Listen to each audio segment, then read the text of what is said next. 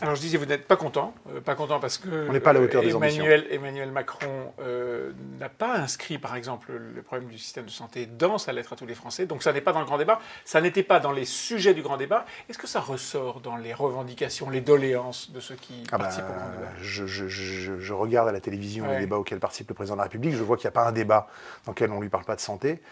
J'ai moi-même fait quelques débats et j'ai parlé avec des maires qui avaient organisé des débats. Il n'y a pas un débat où on ne parle pas de la question de la santé. Et donc le gouvernement fait quoi? Une erreur en ne prenant pas ça comme un des éléments centraux de ce que les Français veulent? Moi, je pense qu'aujourd'hui, c'est une des préoccupations premières pour les Français. Ouais. Est-ce qu'on va garder demain un système de santé qui reste universel, qui reste accessible à tous, qui à la fois allie la proximité, la qualité, mais aussi l'efficience?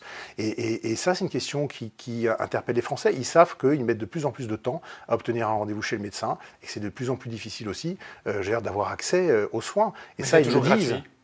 Alors c'est toujours gratuit plus ou moins, mais on sait que c'est pas un sujet, ça aussi. Le renoncement, il monte, le renoncement à se faire soigner. Et donc on a un système de santé aujourd'hui qui est traversé d'une vraie crise profonde. Et pourtant, on consacre 200 milliards d'euros à un système de santé qui aujourd'hui ne fonctionne plus.